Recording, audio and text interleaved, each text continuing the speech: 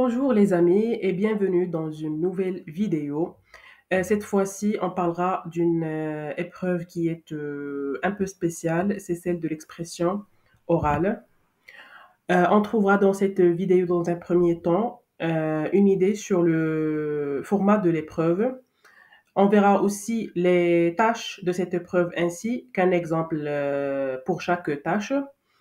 On verra comment calculer notre NCLC de cette tâche et finalement on se retrouve avec des recommandations et des conseils qui sont vraiment très importants. Grâce à ces conseils, j'ai eu un 17 dans cette épreuve. Alors, l'expression orale dans le TCF Canada, c'est une tâche ou bien c'est une épreuve qui est composée de 3 tâches et qui se dérouleront en 12 minutes. Cette épreuve est notée sur 20. Elle se déroule aussi avec la présence d'un examinateur. Il se peut que votre examinateur soit devant vous, d'accord, ou bien qu'il sera donc connecté avec vous via un PC. L'épreuve, elle est enregistrée, d'accord, via des magnétophones et il est corrigé en double. D'accord, à noter que votre examinateur corrigera votre réponse et cette réponse sera ensuite envoyée en France pour subir une deuxième correction.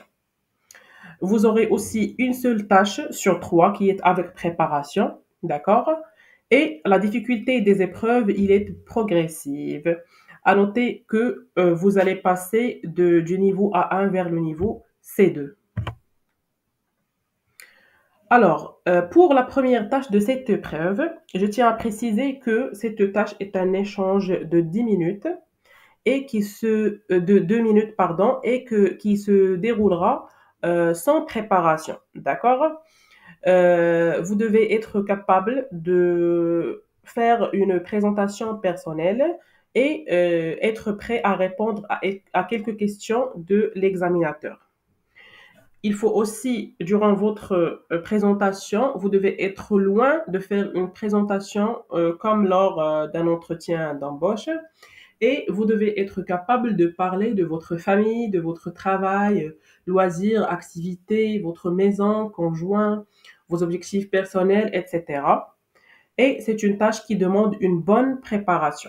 D'accord? Pour éviter les surprises, ne sous-estimez pas, surtout les amis, cette tâche plutôt, car elle demande vraiment une bonne préparation. Voici un exemple que je vous propose. Je m'appelle Samia Karim, j'ai 24 ans, je suis mariée, originaire de Marrakech et j'habite à Casablanca. Je suis ingénieure dans le secteur agroalimentaire privé. Après l'obtention de mon bac en 2013, filière sciences de vie et de terre, j'ai décidé d'intégrer la faculté des sciences et techniques de Tanger. 5 ans plus tard, j'ai obtenu mon diplôme avec mention très bien. Quant à mes loisirs, j'aime le voyage et le cinéma. D'ailleurs, j'ai rencontré mon mari lors d'un événement du 7e art à Paris. Nous sommes, mon mari et moi, des personnes motivées et persévérantes. On voyage à l'étranger au moins 4 fois par an pour aller découvrir de nouveaux endroits et faire des nouvelles connaissances. Nous avons une chaîne YouTube dans laquelle on partage notre passion avec nos 10 000 abonnés. J'ai 2 enfants, Sarah de 7 ans et Ali de 2 ans. La relation entre ma famille et moi est fondée sur le respect mutuel, la transparence et la communication. Mon mari est un médecin et nous désirons s'installer dans un pays qui nous permettra d'évoluer et d'avoir une carrière à l'échelle internationale. Grâce à notre passion du voyage, nous nous sentons prêts à s'intégrer et à s'adapter facilement dans un pays multiculturel comme le Canada. L'acceptation et le respect des autres sont 2 principes qu'on essaie de faire apprendre à nos enfants afin de s'installer facilement dans le futur. Voici donc une proposition, d'accord, que vous pouvez adapter, les amis, je dirais, personnalité, d'accord. Vous pouvez ajouter quelque chose ou bien supprimer quelques passages. C'est à vous de jouer. Pour la deuxième tâche, c'est un échange qui est de 3 minutes et demie, d'accord? Vous aurez avant 2 minutes de préparation sur un petit bout de papier qui vous sera donné par votre examinateur, d'accord? Cette tâche évaluera votre capacité à obtenir des informations dans une situation de vie quotidienne, d'accord? Comme par exemple demander des renseignements à propos d'un sujet spécifique. Vous devez poser entre 10 et 15 questions, plus ou moins, d'accord? Et ça dépend donc de votre vitesse de parler.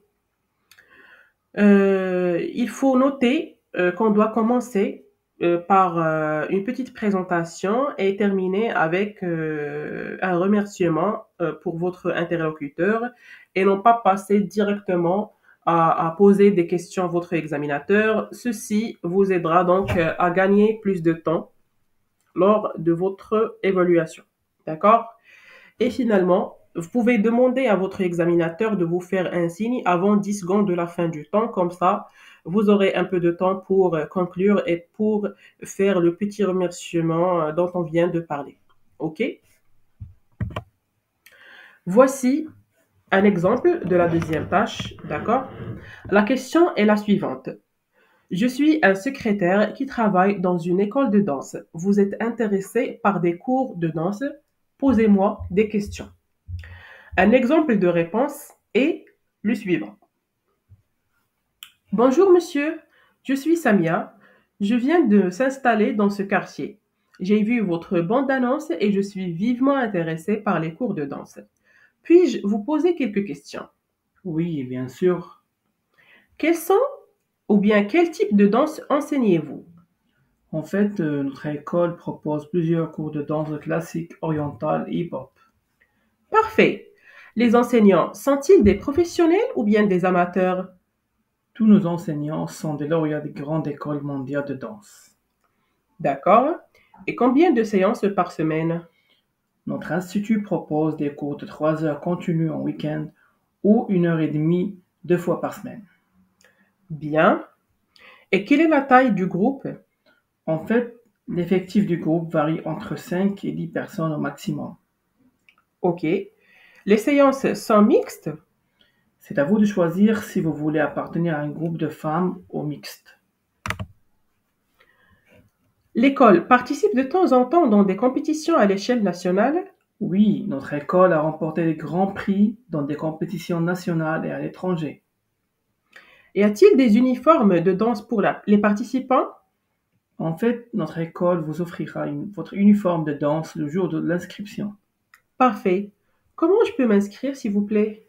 C'est assez simple. Vous remplissez le formulaire d'inscription sur place ou sur notre site internet. D'accord. Pouvez-vous me donner le site de l'école? Oui, bien sûr. Notre site est www.okdance.com. OK. Je pense que j'ai fait le tour de toutes les questions. J'ai assez d'informations pour s'inscrire. Merci infiniment, monsieur. Avec plaisir. Au revoir. Alors, comme vous l'avez vu, les amis, c'est un exemple qui est assez simple et qui vous présentera la méthode exacte de poser vos questions lors de cette épreuve. Suivez cette méthode, vous aurez certainement un très bon score lors de votre examen TCF Canada. Passons maintenant à la troisième tâche qui est la dernière tâche dans cette épreuve. La troisième tâche, c'est la tâche la plus difficile, d'accord? Elle dure 4 minutes et demie. C'est une tâche qui est sans préparation et qui évalue votre capacité à convaincre d'un point de vue.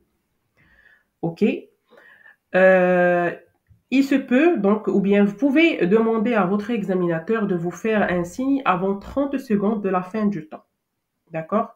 Comme ça, vous aurez un peu de temps pour conclure votre, je dirais, votre échange. Et ne commencez pas directement par votre point de vue. D'accord? Il faut commencer par contre par une petite introduction. Vous donnerez ensuite votre point de vue et finalement les arguments avec des exemples et votre expérience personnelle. Et après le signe de votre examinateur, vous devez donc conclure tout simplement. D'accord? Voici un exemple de la tâche 3 dans les expressions orales.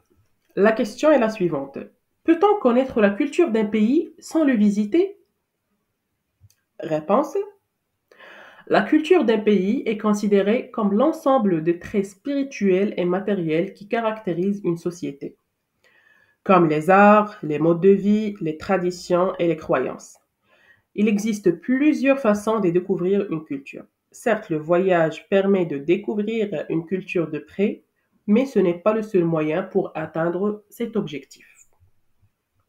Premièrement, la nouvelle technologie et les restrictions Covid-19 ont révolutionné notre manière de découverte des nouveaux pays. Il suffit juste d'avoir un téléphone ou un ordinateur avec une bonne connexion Internet pour effectuer des visites exploratoires partout dans le monde. Grâce au site Internet actuel, vous pouvez se balader dans les rues et même acheter des billets pour se rendre au musée virtuellement, et tout cela en un clic. Et puis, les centres culturels restent une bonne alternative pour savoir plus sur les cultures étrangères. Personnellement, après mon inscription à l'Institut français, j'ai appris pas mal de choses sur la culture du pays, comme la cuisine, les coutumes et les styles vestimentaires. Finalement, les films et les séries. Rien ne pouvait aider à connaître la culture française que les productions cinématographiques et théâtrales de Micheline Lucino. Ceci donne une idée claire sur comment les Français pensent et se comportent vis-à-vis des autres. Le voyage est un moyen important pour embrasser étroitement le patrimoine culturel des autres nations, mais il ne faut pas oublier qu'il existe d'autres moyens pour découvrir les caractéristiques d'autres pays, même depuis votre domicile. Donc, vous pouvez bien voir, les amis, que dans cet petit exemple, il y a une première présentation, d'accord, suivie de 3 arguments et finalement une petite conclusion sur le sujet. Pour le calcul du NCLC, les amis, il faut se baser sur le tableau qui est devant vous. D'accord? Donc, si par exemple, vous avez eu un score qui est de 14, donc vous avez un NCLC qui est de 9. D'accord?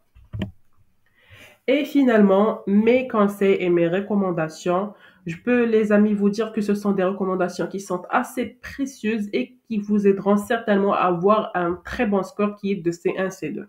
D'accord? Mon premier conseil, c'est que vous pouvez demander la reformulation ou bien la répétition de la question. D'accord?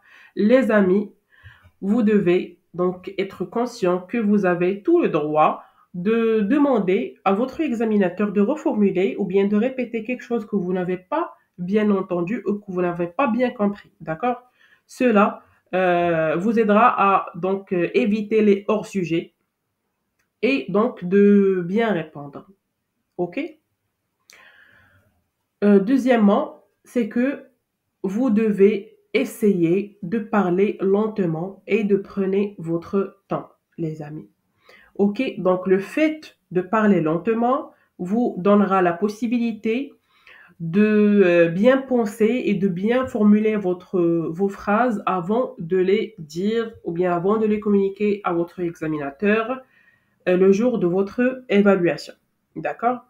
Je tiens aussi à préciser que l'enregistrement ne peut pas donc se recommencer dès le début. Donc, une fois l'épreuve a commencé, vous ne pouvez pas revenir en arrière et demander à ce que l'examinateur vous donnera une deuxième chance ou quelque chose comme ça. D'accord?